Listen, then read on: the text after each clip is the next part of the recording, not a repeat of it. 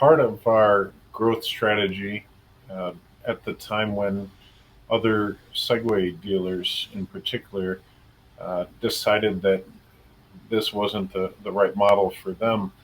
We've had an opportunity to uh, grow by buying assets and resources of other businesses, and that's allowed us to have a stronghold in the markets that they previously served.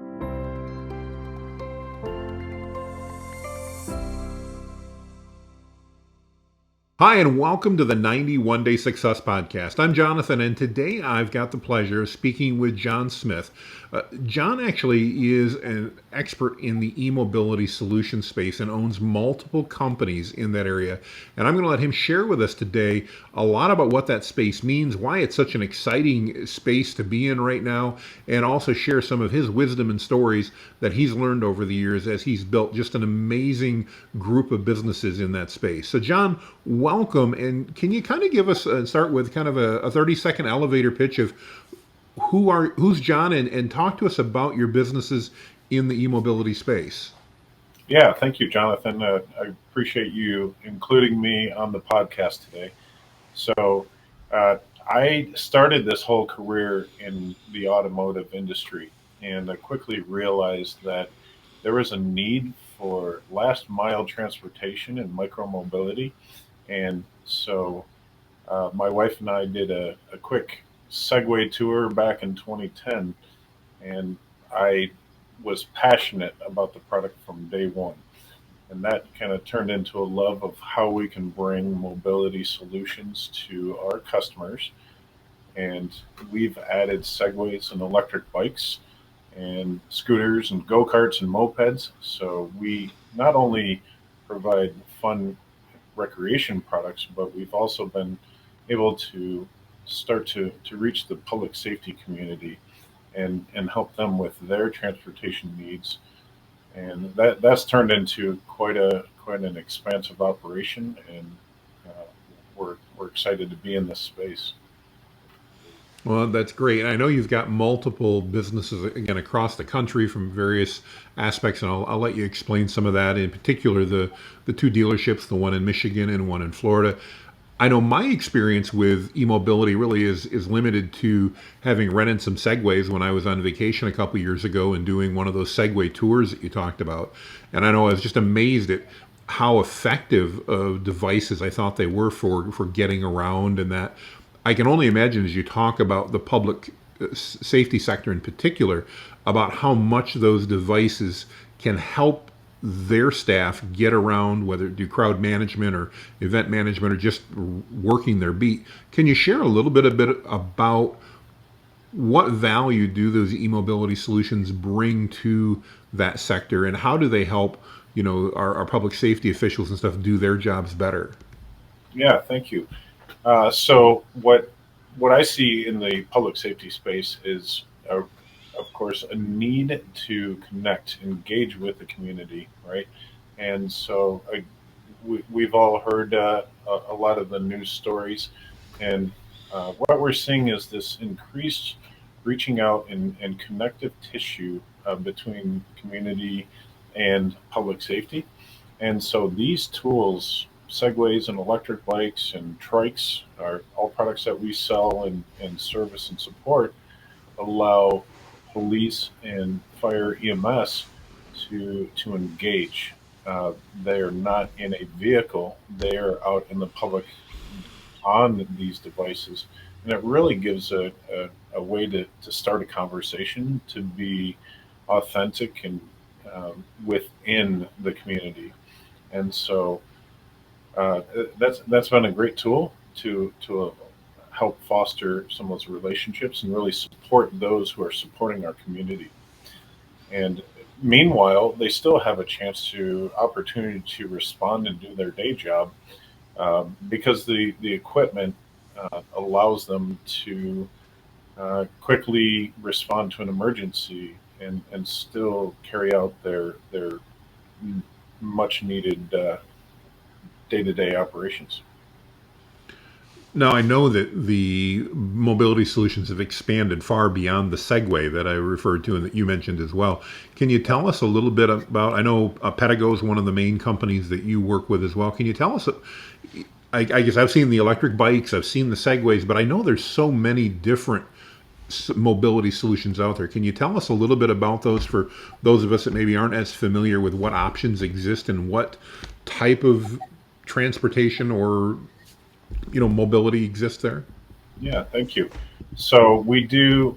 You mentioned Segway. So Segways, uh, we can customize and personalize them for different department needs with utility bags or saddle bags, and that allows them to carry their day-to-day equipment and be able to again respond to an emergency or just be present during an event. Uh, the electric bikes we sell are Pedigo electric bikes, and so they also have utilitarian bags and accessories. We recently started to offer EMS trailers, so they are trailers that attach to the bikes and allow uh, almost like a backboard on wheels. So we can haul patients out of trail situations or events and get them to awaiting responding emergency vehicles. And then thirdly, a key product that we sell is called the trike. It's a three-wheeled wedge-shaped unit that allows uh, public safety officials to stand up and ride around, still engaging with the public. And in fact, we've worked with Royal Oak Police as well as Detroit Metro Airport Police on delivering trike units. So that's been beneficial in working with those agencies, and we're continuing to meet with public safety departments throughout the country to see how we can support their needs as well. It's just amazing to hear about all the various things that are out there, and I can only imagine the value of some of those. As you mentioned, just even that EMS cart, the ability to get a patient off a trail or out of a venue or something and to a place where emergency vehicles can get. Yeah, that's really really cool. So, John, I know your business started off in Detroit and you've really expanded from there. For those of us that are watching, a lot of us are business owners and that, and we love to hear stories about how your business has grown and how, in your case, that's turned into multiple businesses in the same vertical. Can you share with us a little bit about the start of your business and what that looks like now and what's caused some of that growth? Yeah, thank you.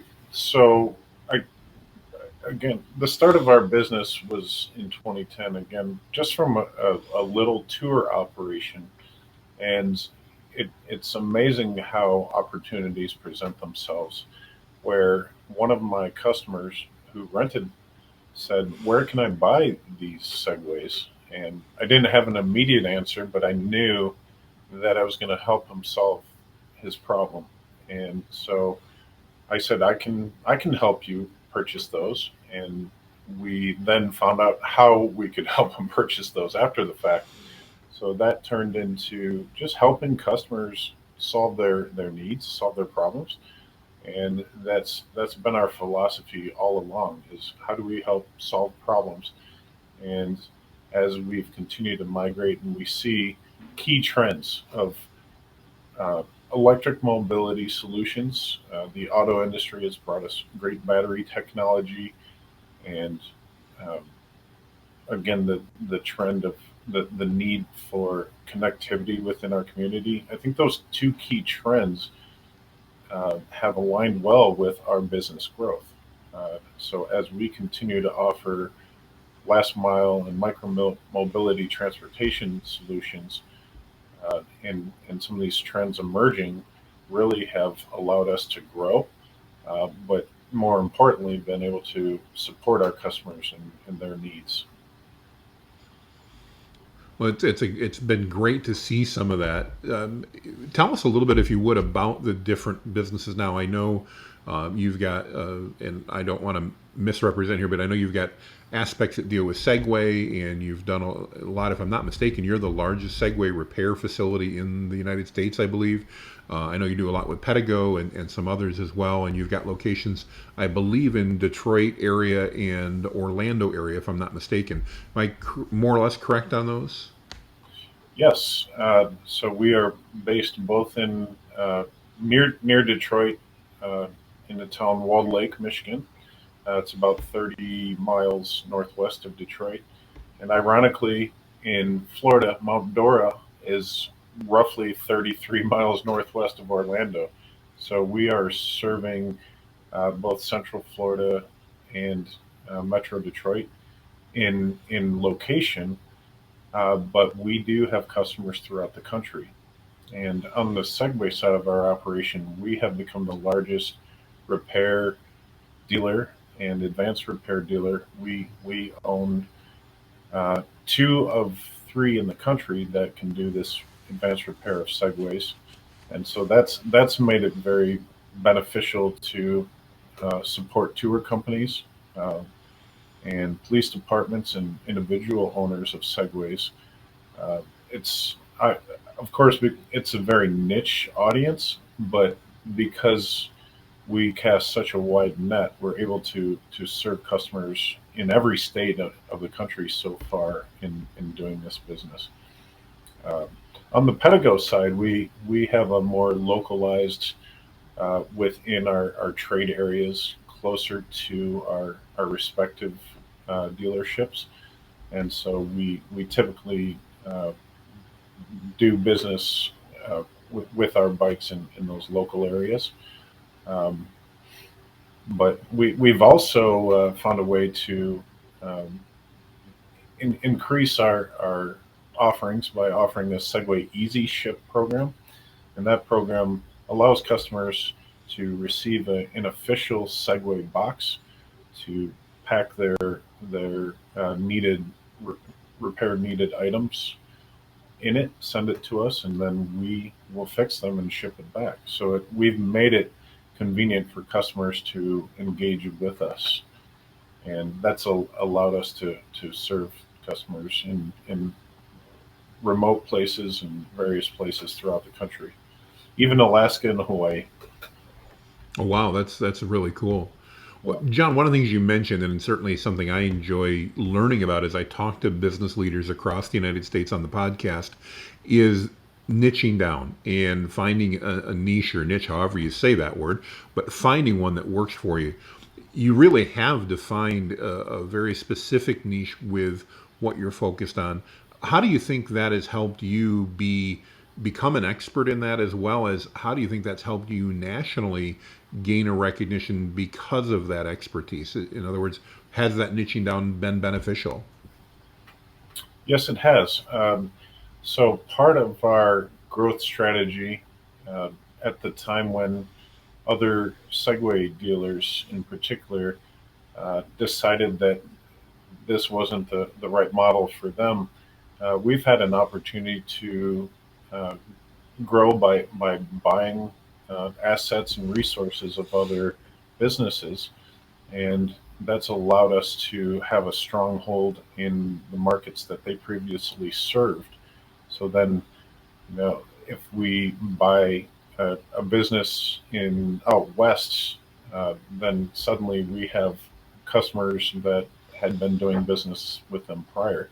So, and then we get their resources um, and start to have some easy ins with their customers. So having the supplies and customers, it's allowed us to grow quickly, and uh, suddenly our name Great Lakes Segway started to have a national presence and um, being recognized among customers throughout the country. Well, very cool. I think it's just so exciting to hear how that business has grown, and I love in your case how that idea and everything really sprouted from just an event, that tour that you and your wife originally went on, and how one thing led to another, and now years later you've got a thriving business with multiple locations and multiple businesses underneath that umbrella, all supporting that same e-mobility solutions that we've talked about. As you take a look at the future, and we take a look a couple years down the road, what types of trends do you see, or changes do you see happening in the e-mobility industry, John, that you think would be relevant to other businesses? Mhm. So I think the auto industry is driving a lot of these trends, but there's a migration from fossil fuel to electric, and that has improved the technology for for bikes and for segways and other mobility devices. That's allowed us to increase the range, and for consumers who rely on those batteries to to be able to enjoy the product longer. And um, so that's allowed for people to embrace the technology.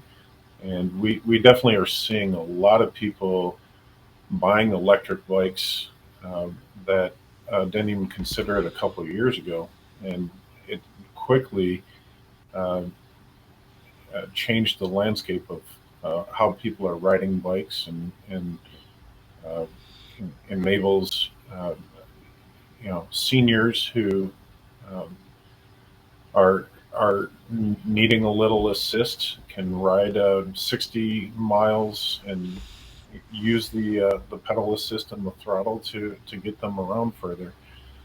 And um, also, we're seeing streetscapes change where I know, for an example, in Detroit, uh, uh, along Jefferson Avenue, they've added a bike lane where that was Hmm. right in the heart of the automotive industry, down the street from GM headquarters. There's a bike lane, right? We wouldn't have seen that a couple decades ago. It was more, how do we get more car sales, and how do we get people to buy cars? And now the thought is, how can we transport? How can people transport themselves, or how can we aid them in their transportation? So that's been a big shift in our thinking as a society, and we are right at the heart of that trend. Well, I can imagine, and I can imagine some of the things you're seeing really are having a dramatic impact in the e-mobility solution, because unlike the vehicle side, or even I know the trucking side that they're talking about, where obviously sometimes I think of an article I recently read about, trying to figure out how John Deere was trying to use batteries for some of its largest tractors, and some of the difficulty they run into there just due to different landscapes and weight and run times. On the e-mobility solution stuff that you're working on, it seems like such a natural fit, because that same technology, but shrunk down obviously to the appropriate size, can have such huge value in those areas that we've talked about, especially when we're talking about more municipal areas, and the ability, whether it be to ride trails or to be at a venue or anything like that. I think that's it's so cool to see how all that's kind of coming together, and hear how some of those advances in the automotive world are also driving into the e-mobility space to drive change there. So that's really exciting. Um, One of the things I love to always ask John is, as a business owner, somebody who's had experience in growing a business, and that, as we look forward economically, I know a lot of people are expecting some rough water, so to speak, over the next year or two economically. And we're seeing more people considering maybe starting a side hustle, or deciding that maybe due to necessity of a layoff or whatever, they actually need to start a business. As a seasoned business person, what advice would you give to someone that's contemplating that move? If they say, hey, I'm at that point where I really want to start a side hustle, or I want to try to do something, or I'm at a spot where I want to start my own business. As an entrepreneur, what advice might you share with somebody in those shoes? Yeah, that's an excellent question. So what I've found is you need to find something unique, right? And it could be really in any area, but as you interact with people and day to day and talk to enough people, I think you will find where there are missing links or opportunities to help solve problems. And when you start to identify the problems that you can help solve, really be methodical. Really think through what it is that how you can help solve those problems. And then once you've done your research and you've put a lot of thought and prayer into um, defining the opportunity, then go and talk to some business advisors. There's a lot of free resources. I know, particularly in Michigan, with MEDC and Small Business Administration and other resources uh, that they can help you find financing and uh, help you define your business strategy. And a lot of these resources are provided at no cost or funded on taxpayer dollars. So that there are great tools out there that can help budding business owners and entrepreneurs get started. And some of that we had to kind of learn on our own. But if if you want to have a leg up, that's the place I would start Hmm. uh, to get going in a business operation. I think that's some great advice on getting started and all that. On that, as a follow up question, kind of a challenge question, if I don't know if you've ever watched The Apprentice or any of those other shows on TV, but from a reality TV perspective, if we could put ourselves in those shoes for a minute, if I said, "Hey, John, you've got $1,000, you've got 90 days to start over, you've got pick an industry, pick whatever you want to do. You don't have to worry about transportation, you don't have to worry about food and lodging. You've got a phone and a laptop and $1,000. What key things would you do in the first 90 days to make sure you were launching a successful business?" So knowing what I know now, Fair enough.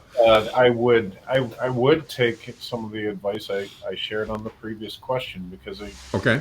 I I had to, there are times where I had to spend a lot of money to to hire folks um, that you know they were qualified and great experts, but I feel like I was early on burning cash too quickly.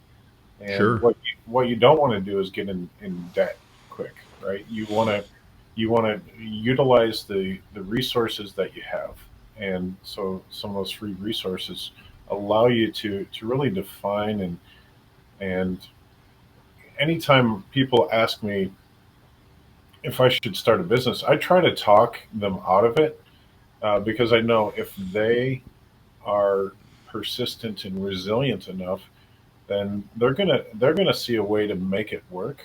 They're gonna Mm. carry it out and make that business happen. But often I try to dissuade people from starting a business uh, until they prove that they are able and really want to stick to it. Because if I can talk someone out of a business, uh, then later if they were to start it otherwise and had a few obstacles or hurdles, uh, that's going to make them not want to continue, right? So I think I'd Uh, rather try to, I think that's really wise. obstacles here. You face obstacles every day in running a business, and that's just the nature of it. Um, so you have to be persistent and grow. I Um, think that's really good advice, and I like that perspective because I think, so often, especially if you've never done a business before or run a business, it seems very easy when you're looking at it. It's like, wow, these, they've got flexibility and they've got all these options and that, until you get in the middle of it and realize that your entire day can get sidetracked by 8:15, just because of the way life goes, and then again by noon. And again, To build, I love being an entrepreneur, but it is challenging, and I think it's that I like your perspective of you know discouraging at the beginning, and making sure they've got that fortitude to push through that, because there's certainly times as an entrepreneur when you wonder what in the world you were thinking when you when you began all this. So that's absolutely right. And so I this morning it wasn't sidetracked by 8:15. It was sidetracked by 8:45. yeah, So absolutely. there was an extra half hour. Just I had to put out some fires this morning before this podcast. But it does teach you to stick with it, right? If you can Yes. solve the small problems, uh, as you grow your business, you can start to solve larger and larger problems, and then as you start to have revenue and grow, then you can afford a team to help you solve those problems. And that's why you need a team. That's why you build a team. And I think the thing I've learned, uh, and really we've only been doing this. This is our fifth year full time into this business. What I'm starting to really see is how can I build into my team? How can I build into Mm. my team? They are customers in a way, right? They're internal customers, and starting to uh, find out their needs and find out how we can help them feel empowered to grow personally and professionally.